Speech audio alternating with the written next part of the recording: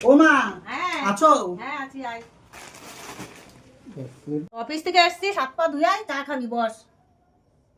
আরে রাখো তো তোমার চা, চোখটা বন্ধ করো, দেখো কি নিয়ে এসেছি একটা তোমার কি জন্য। এনেছিস বাবা? চোখটা বন্ধ, এই নাও দেখো কি নিয়ে এসেছি।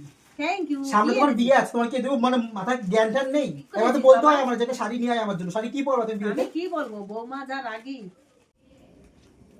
আমি নেই আর অমনি মাছলিতে নাটক করছে, শাড়ি দেওয়া দেওয়া হচ্ছে। দাঁড়া তো কই দেখি দেখি।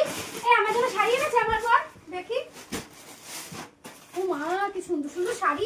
তোমার সব কিছু এত দেখা লাগে কেন? বাবা, মানে আমার জন্য যে জিনিসটা আনবে সেই জিনিসটা তোমারই চাই। তা আমার বর এনেছে আমি নেব না? তোমার জন্য কে বলেছে? আর তোমার বার করো। এগুলো আমার বর এনেছে, এগুলো আরে আমি করব। তোমার বার, ছেলেটা তো আমার। আরে দূর, বরটা তো আমার।